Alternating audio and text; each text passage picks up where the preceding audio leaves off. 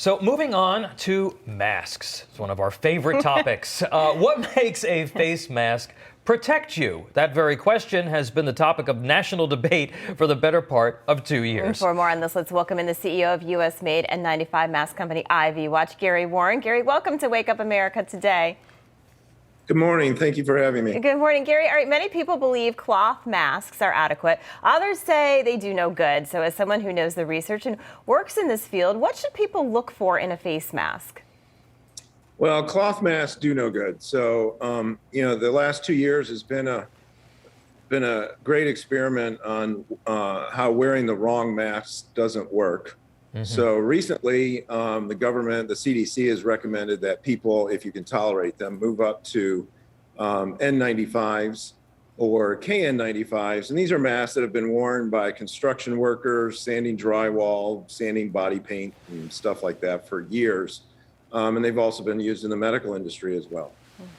Now, Gary, all of your company's masks are made in the U.S., but talk to us about the difference in the quality and the safety between a U.S.-made mask and a KN95 mask, for instance, that is made in China, which apparently are being sent to congressional staffers to wear. Because a lot of people don't really look at where the masks are made. Yeah, that's very true. It was actually surprising to me that the CDC came out and recommended KN95s. They should not be confused with N95s, because the CDC last year even documented, and it's still on their website, that over 60% of the ones they tested failed testing. So how is the average consumer supposed to know if the mask they bought that's a KN95 actually works or not? Our masks are manufactured in the U.S. Any mask that's an N95, NIOSH, which is a division of the CDC, oversees that manufacturing. So that is why there's a big quality difference. The KN95s have no manufacturing oversight. Interesting. And I have heard, I have not worn a 95 mask, but people do say that they can be uncomfortable. What's your take on that? So the old style cup respirators that we're used to seeing from 10 years ago can be very uncomfortable because they have a hard edge and they dig into your skin. But now there are so many soft, flat fold variety that fit on your face. At our company, we wear them all day, and they're very comfortable. They're actually more comfortable than a cloth mask or a surgical procedure mask because the fabric's not going in your mouth all the time. Yeah. You know, my wife is a physician, and that's what they wear. They wear the soft-edged N95s. That is standard practice in any medical setting because they know there's so much confusion in the public, but the doctors in the hospitals, they know what actually works, and those are those U.S.-made N95s that, like the ones that you manufacture. Gary, in your view, who at this point should be wearing masks? I mean, you're looking at the data on Omicron, and I know you don't want to say anything that's sort of against your own interest, but do you think that it's good for sort of a mask culture that some people want to see happen kind of evolve here so that people are wearing masks sort of indefinitely like they do in Asia?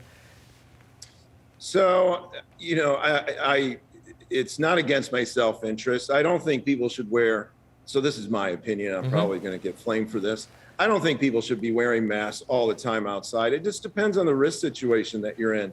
If you're on an airplane for 5 hours, probably a good idea to wear an N95. If you're going into a crowded, older grocery store, probably a good idea to wear an N95. And it's kind of like with my children, trying to convince them when they should wear short pants and when they should wear long pants. So it depends on the situation you're in, but masking up all the time for everything you do, you're never going to convince anybody to do that. Yeah. You just have to look at the risk situation. Yeah, I think you're right. Gary, so as far as the disposable face masks, right, a lot of people, look, they're supposed to, we're told, like throw them out and use a new one. But the reality is I don't think people are doing that, especially kids. Who knows how long they're wearing their masks for. How should we handle them? Use them once, throw them out? Like, how should we do that? So we typically wear them for a day. I have a rule: when you change your socks, you should change your mask. And it's not really the outside. It's not the outside of the mask you have to worry about, collecting virus particles and stuff. It's really the inside. because all of the things that come out of your mouth, it's not distilled water, right? It's everything coming out of your mouth and it's being collected inside the mask, and it's a hygiene issue. So, our rule of thumb is wear it for a day and toss it out. You don't wear your socks and put them in a brown paper bag at the end of the day for a week. I hope nobody does that. All right. Well, Gary Warren, thank you so much for coming on the show. We appreciate it.